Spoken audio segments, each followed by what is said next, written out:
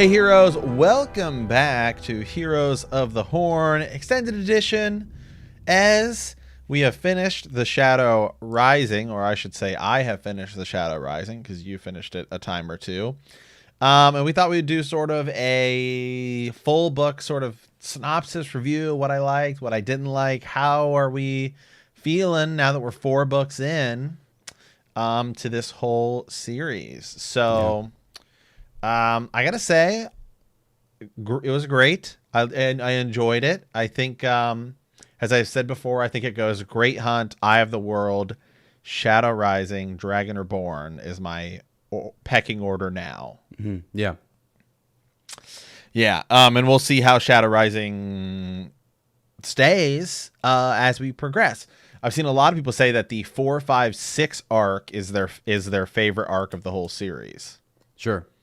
Yeah, and I was just telling you the other day, I'm currently, so again, just for folks here, if you're checking out the video version, you'll see I got my books out here, but we're going to The Fires of Heaven, and that will be, right? Yeah, mm-hmm. Book 5. So I just finished this one, and I'm into Lord of Chaos now, but I'm like ready to see what you think about this book. I think it's going to be amazing.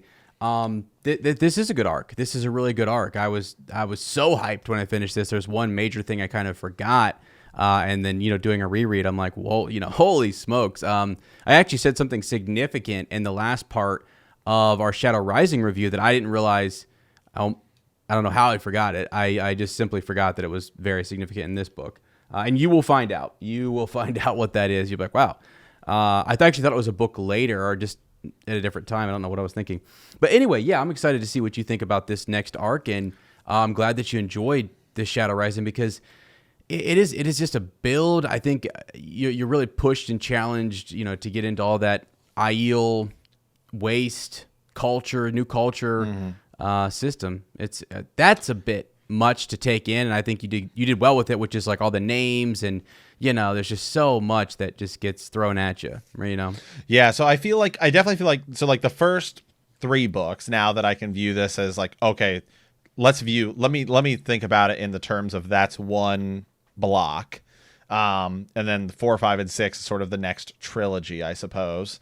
So in viewing it like that, I'd have to say, I feel like the thing I think I liked about this book, and probably a lot of other people probably liked, is, before, remember when I was saying things like, the Forsaken are kind of a joke.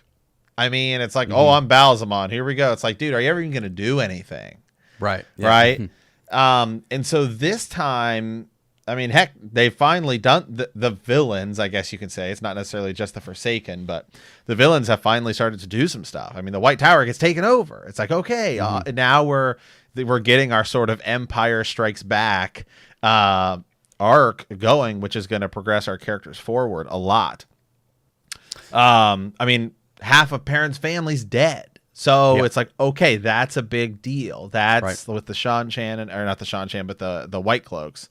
I really liked Perrin a lot this book. Sort of, he's finally starting to come of his own.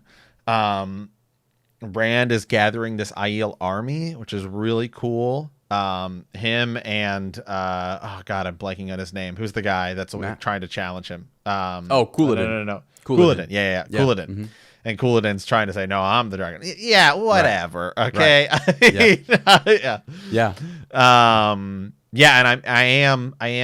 I have started. So I've read the prologue of the next book, which will be our next main episode, and so I'm a little bit into chapter 1, and without spoiling anything from there for people who haven't read that yet, I mean, wow, okay, this is the block. This is sort of the next wave of like bad stuff and crazy things are happening. In the first chapter of Fires of Heaven, you run into a character who we haven't seen since the beginning, who was supposed to be a big deal.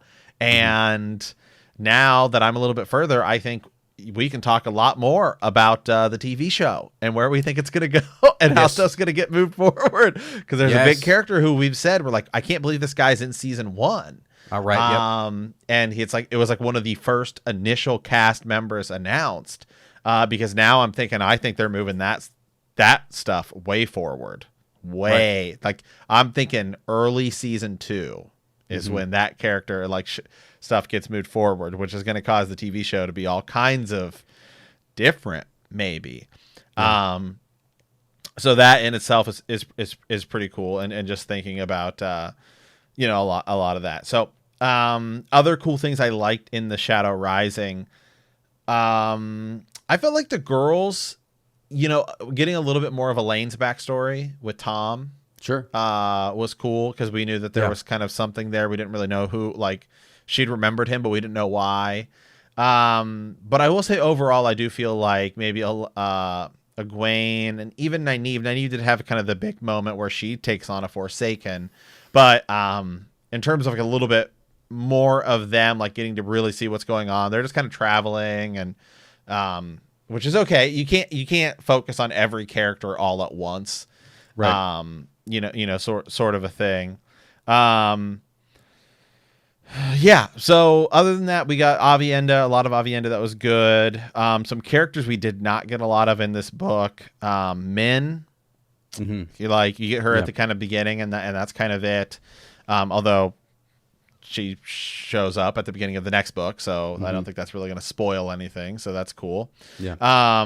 So we're maybe back to her again. Padan Fane is kind of this character where it's like he shows up and it's kind of supposed to feel like a big deal, but I don't know. I don't know how I feel about him, because in the eye of the world, it's like such a big deal that it's revealed that he's this guy, and you're like, whoa, what's going on? And then subsequently, it's like every time he shows back up, I feel like and then he steals the horn at the beginning of the Great Hunt, and then since that moment, I feel like every time he shows up, it's not even like it's not big, but it's like there's so many other sort of things that they have your attention more. So when he shows up, the moment doesn't really do well on its own. You kind of have to go back and remember, like, oh yeah, what's Padan Fane doing again? And maybe that's just the pace that I'm reading the book, because we're trying to plow through the whole series. We're not like, it's not like we're reading these books as the people who read them when they were originally coming out. And I think there's something to be said for that too. It's not like, hey, we can read all 5 books again, to wait for the 6th. I mean, we're going through the whole series. So he seems to be the character that every time he shows up, I'm always like, I don't know. I just feel a little underwhelmed by him. Because he felt so important in the first book. It felt like such a big deal. And then he steals the horn, and it's like, oh, okay. And then really, since we've gotten the horn back, it's just like he kind of shows up here and there. And so I don't really know kind of what to think of him. Let me think about other characters who kind of had some really cool stuff going on in this. Man, Lan. Maybe not so much Lan in this book. I feel like we haven't had really good sort of Lan development. Really, since he kind of kisses Nynaeve and says kind of how it is, that was really kind of like the last good like sort of bit of Lan. I mean, I feel like there's a good amount of Lan in the first. I feel like the first book, the characters are the best balanced. I feel like there's really good balance between them. And I know we obviously add more characters as we progress, but I definitely felt like that was like the best balanced. So, and then even Moraine is good. Moraine in this book, she's kind of like spotty throughout. I felt like it was like we don't get like but every time it's always like something big, and you can tell like it feels like there's a lot on Moraine's shoulders. Like she's trying to hold this whole thing together, and it just feels like, oh man, Rand is doing his thing. And so I feel like we could do with some more like really like Moraine point of view would be really good if we got some of that, like maybe in this next book, which again people have read. I haven't read yet, obviously, but no, I like the Shadow Rising. I think I like it more than the Dragon Reborn, so I have it as my third of the 4 that I have read, and who knows where it'll end up stacking as we go forward. But I feel like it's going to be really hard to beat the Great Hunt as my number 1, just because I think the ending is so amazing. Right. the Heroes of the Horn and like summoning the whole deal. Oh yeah. Yeah. Let me think about some other cool stuff. Yeah. Meeting Brigitte Silverbow or Sure. Brigitta Silverbow. I've heard Brigitte. Yeah, I've heard Brigitta. Yeah. A lot of people pronounce it differently. That's cool only because she was sort of a character who I did get somewhat of. I knew a little bit about her going into the series. Only because when we were coming up with names and I haven't read the series and I was just trying to be like, all right, let me see if I can just find a list of groups or something. And I clicked on Heroes of the Horn and I was like, well, who's this girl? Brigitte Silverbow. That sounds pretty badass. Like, right. You know? Right. And Ez was like, oh, dude, she's sick. Like, sick. And so then we meet her in the dream world. And so that's pretty cool. So, yeah, I would say star of this book though. If I had to pick like the star of the show for this book, I'd have to go with Perrin. I feel like this was Perrin's book. Yeah. Yes. Yeah. And Perrin, it's so funny because I feel like Perrin and Nynaeve, some of the characters, it's like I go back and forth on. Sometimes it's like, oh my god, like we're back to this person, and it's like because you're so like sometimes it's just the way Robert Jordan writes. It's like he does something that's so interesting and so cool. Mm-hmm. And you're like, oh my god, like I want to continue on this thread. Mm-hmm. And then it's like we'll jump to like Egwene and Elaine on the boat, and it's like, dude, come on, man. I know. Like he ends on such like an exciting part. I mean, it's like the whole block where Perrin is Emond's Field, and he's like setting up for the war, and like the horns are sounding. There's gonna be a battle and all this stuff. It's like, I don't want to go back to Rand just being upset in Rudion and the Aiel Waste and just being upset at everybody because there's like no action going on. I would like let's finish this. And so maybe that's a good thing for Robert Jordan. Maybe it's sort of a bad thing. I don't know, but so it's it's good. And I feel like Perrin stole the show. He gets married to Fael. Mm-hmm.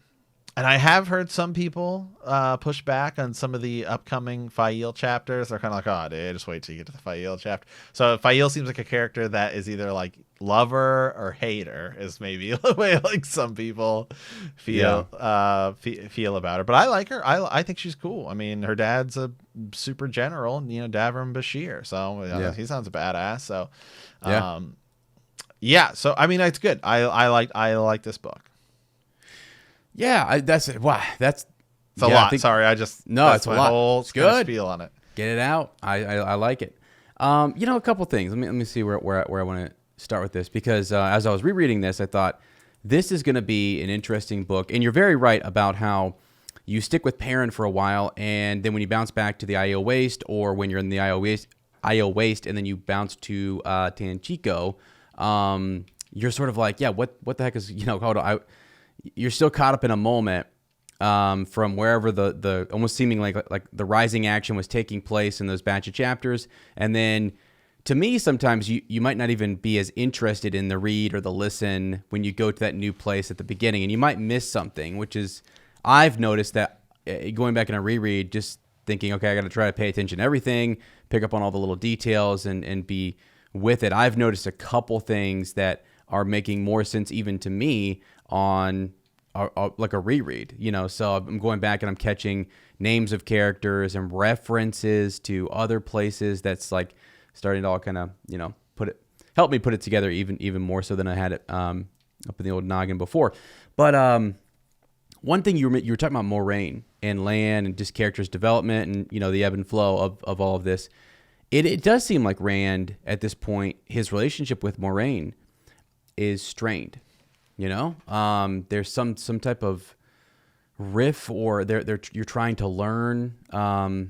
She's trying to figure out what he's doing. He thinks that she's going to use him, and that's interesting. And the Dragon Reborn, right? We didn't have a whole lot of Rand or his thoughts. Now we have a lot of that, and we have less of like what's going on with the Wise Ones. We know Avienda is there. We see them whispering, and we get tidbits of them whispering. So point of view and perspective is kind of important, and that limited, narrator helps us kind of develop Rand a little bit. And then you'll find out in the next book, okay, now we're going to go into the sweat tents with the Wise Ones and hear about what they were talking about, or figure out why Moraine is strained and acting the way that she's been acting since Rudion. You know, she went in there, and we have no idea what she saw at this point or what you know, what she's learned, but she went in there for some reason, right? She goes in there and sees something. So, is it just the same thing that Rand saw, or is it more or different? I think is a good question. But yeah, like Lan, you know, really the sword development, he and Rand training, I think is cool. Anytime that they're going over the forms or they're talking about combat or they're talking about, you know, just how to, I don't know, adapt to your environment. I think it's really cool, and I love Lan. I think he's epic. And you're right, there wasn't a whole lot of him. He's there the whole time. I mean, I think when people need to remember when we say he's not. Well, there's not a whole lot of Lan. He's there, but it's just more like those conversations and him giving advice and things like that. Because Matt is there the whole time, but Matt's a little bit overshadowed by all the stuff with Rand. Although he's very significant, Rand's often thinking about Matt and what is he going to do, and when is he going to just give in to his destiny and his fate, you know, and his role, play his role, if you will. So yeah, it's a really cool book, and there's just this rising. I guess I want to talk to you real quickly just about the ending, if that's cool. You know, just yeah. You know, because it's kind of the big deal. Well, actually, two more things. So the stuff with in Tenchiko, battle with Mogideon, Nynaeve, that's epic. It's huge, and we learn a lot about that region, and we're trying to figure out what the hell's going on there.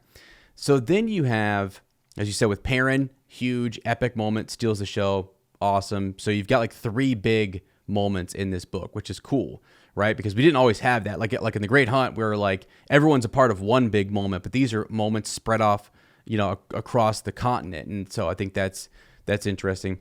But back to Rand and Osmodian.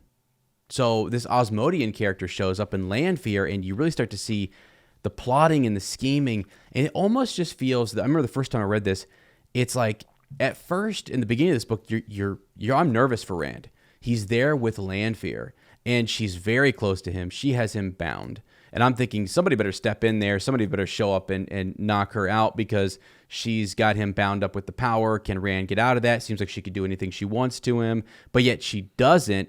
So then later on, we're getting lulled into kind of like, okay, well, you just like Rand, maybe we're lulled into Lanfear's on my side for now, but she's still going to try to use me. I've got to keep my eye on her, but she's not necessarily the real threat right now. And then what was hiding right in front of us with the peddlers is Osmodian, and Osmodian is just it's just not the one. When I first read it, I wasn't expecting that. I thought Dark Friends for sure, but just to see the Forsaken right there in among, like with Rand, traveling with Rand. You think maybe they're elsewhere doing different things, but they're actually right there next to him. I think that's cool. I think I like that a lot. Yeah. No, Osmodian's cool, and it's going to be cool going forward, having someone be able to teach Rand, whether or that's what Lanfear, you know, wants or not. It is going to be cool to kind of get that going forward.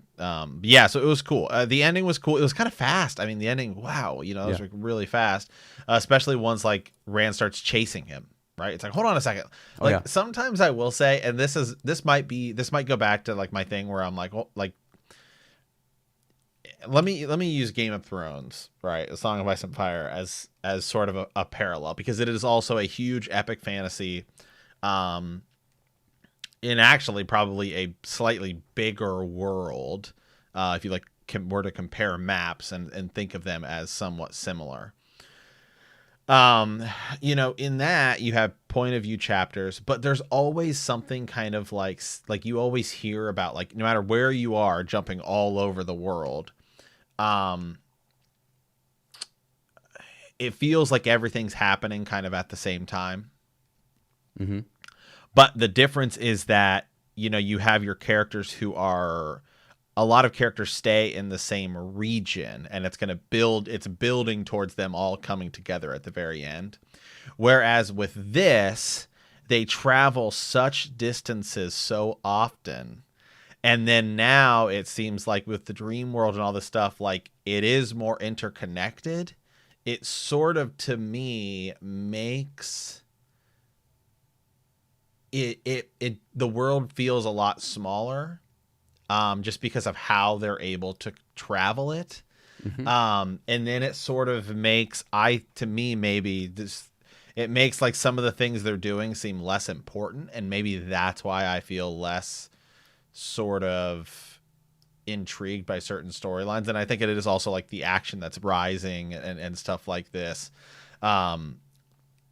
Especially because it seems like you don't, like in A Song of Ice and Fire, you'll hear that like a battle's getting ready to take place, and then you'll jump like somewhere else in the world and you'll get news maybe of what happened in that battle. And then you cut back to that character and the battle's over, because like that's the way the story is supposed to be told. Whereas with this, it feels like everything starts and stops.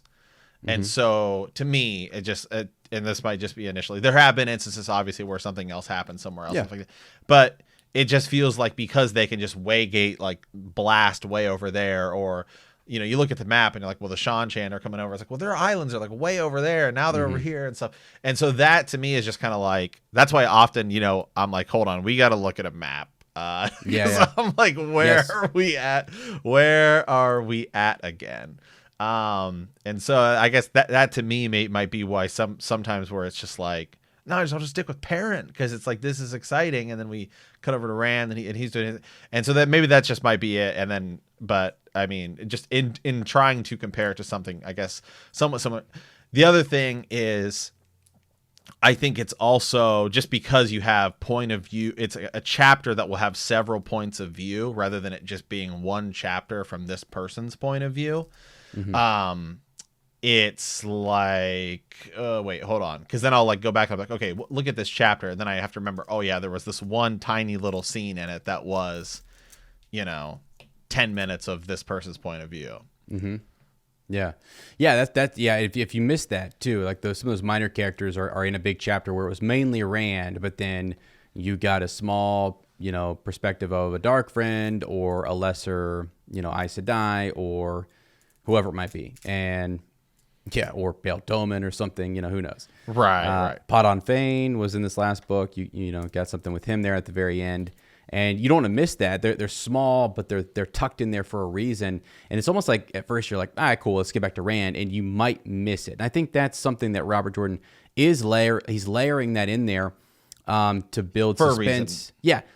But I mean, is it difficult sometimes to see? It's almost like you vaguely remember a reference, and then you know, I don't know. You don't want to lay something that's so that's so plain, it hits you right in the face that you like, oh, I already know what's going to happen. You know what I mean? Obviously, we don't want that. But you're right. Yeah, I mean, it's a big world, but yet you can traverse it in ways like through portal stones, through the ways. We've got, you know, ships that can travel extra fast because we have wind finders who can do special things. Yeah, all of that makes it seem a little bit more connected. And then the dream world keeps it all really connected. So, yeah. It's something that I think, and this has kind of been something I've been saying over the whole course of reading this. You know, once I go back and I do it as a reread, and it's like my second time through, I'll pick up on so much more, and I'll be like, oh, okay. But I almost feel like, man, this series is really meant for a reread. Like it really is meant. Because there's just so much, and I feel like sometimes I'm missing it, and I'm like, oh, but it's just and don't feel bad about that, because it's designed that way. Yeah, it's designed for a reread. Yeah, and that's the same thing. We know this with George Martin, which is like we've read that numerous times. And we go back through and we're like, wait, what?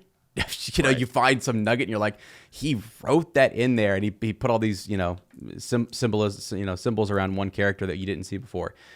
So no, Robert Jordan does that as well, and that's what makes it a masterpiece. That's what you go back and you read it again. You're like, dang, this is so well woven. You know, well woven. But and I'm sure, and I'm sure for some of our listeners too, like there are things that we are glancing over that, like, I'm sure they're just like, oh man, how did you not, like, you know? Because again, we say this all the time, like. Should Ez points out, like, well, did you notice this? Because it could be a spoiler or not. Yeah. Why would Ez emphasize that? You know, like he's going to emphasize it because it's really important. And actually, like I said earlier, there's sometimes I catch myself talking about a power or a creature or whatever, I know all of those things are going to come up later on in the series, but I'm not trying to emphasize it for any reason to say like, oh, you got to pay special attention to this or that. But yeah, that's the thing. Like when the big reveal, like if you miss something, let's say in book 2, and we didn't point it out, and it gets pointed out in comments or whatever, which is fine because we're going at a pretty quick pace. Well, then when we get to the point where that matters, right? What I try to do is the recap, which is like, let's go back and remind ourselves who this person is. You know, Right. Where do we see this Aes Sedai one time, and you know what were some of the references that we could have been cued in on, and now the surprise is revealed or the big reveal has happened. So then I can comb back through and highlight some of that stuff because it doesn't matter anymore. But yeah, if I were to start reminding Matt of some little tiny detail over and over and over, he's like, holy smokes, there's something's coming up with that, and then the surprise might get spoiled, and so that's what we're trying to avoid. But no, I think this has been great, and I like I like that we're just getting the big takeaways because I do want to really push through this series, have it back under your belt, and then be ready for the show and just dive in because like you said, Fires of Heaven. Now you're reading the prologue, going, no wonder they're doing what they're doing in the show, right? You know what I mean? Like, yeah, well, yeah, it's chapter 1. Chapter 1 is the one is where I'm just like, oh man, wow, okay, all right, now I get it. Yeah, now I get it. Yeah, it's cool stuff. It's good. It is awesome. All right, man. Yeah, this is good. This is exciting. We will be back with we're gonna do the prologue, and then we'll bounce into part 1 of Fires of Heaven. It is not as big as it's not as big. It's still big. It's still a monster book, but it's not as big as the last one. I don't think. Right? Oh, okay. No, I don't think it is. Yeah, I will say the first block might end up being shorter because there is. I think chapter 1 is an hour. It's like an hour and a half on Audible, so it's like a pretty big chapter. Yeah. And actually, I haven't decided really yet if we're gonna do 6 parts or 8 parts or what the deal is gonna be. But I think it kind of just depends on as we're going through. Yeah. Yeah, we'll still try to do it in batches of 6 to 8 chapters or whatever. But sometimes we might just have to do 2 chapters because they were 2 hours long or something. You know what I mean? Right. Yeah. Who knows? So, or there's something that I think is really significant and we should slow down and just take our time, or based upon where Matt's at in his reading. Like sometimes it's a lot of reading, guys. I mean, there's a lot of reading that we do just in our podcast production and our various projects that sometimes a new book is coming out in Star Wars or Winds of Winter gets dropped, just psych, just kidding. But yeah, just bear with us, and then we'll keep you guys updated. Leave us a comment down below. Let us know, where the Shadow Rising, is based in the first 4 books. Where do you got it? Is it number 1 out of the first 4? Is it number 2? Is it number 3 as Matt has it, or is it number 4? Just kind of fun. We're doing that, right. And obviously it's building, and we're adding to that as we go. It's just something. Yeah, and I'll say again, just for the people who have Dragon, a lot of people were like, man, how could you have Dragon Reborn as number 3 back before Shadow Rising? And I was like, well, we've only read 3. I'm not saying it's like the worst book I've ever read. It's like when we read The Great Hunt. It's like, well, I had Eye of the World at 2, and it's like, I'm not saying that's a bad book. I've only read 2. Right. I mean, right. Yeah. People are like, yeah, we got freaking Calendar, man. What the heck, dude? I know. It's great. It could end up being number 4 throughout the whole thing. It could be overall. I could think that everything going forward doesn't stack up to the first 4 books. That's true. That's true. Yeah. Yeah, we'll see. All right, yeah. So leave us that comment down below. Thanks again. Please subscribe to the YouTube channel, and thanks for supporting us over here on Patreon. We really appreciate you guys so much. We'll have more content coming. Facebook group has been great. That's awesome. If you are a patron, by the way, and you send us an actual message, guaranteed read on the show. So send that. I'll weave that in to our show notes and our outline at some point. So yeah, thanks so much. And we'll be back. And as always, remember that the grave is no bar to our call.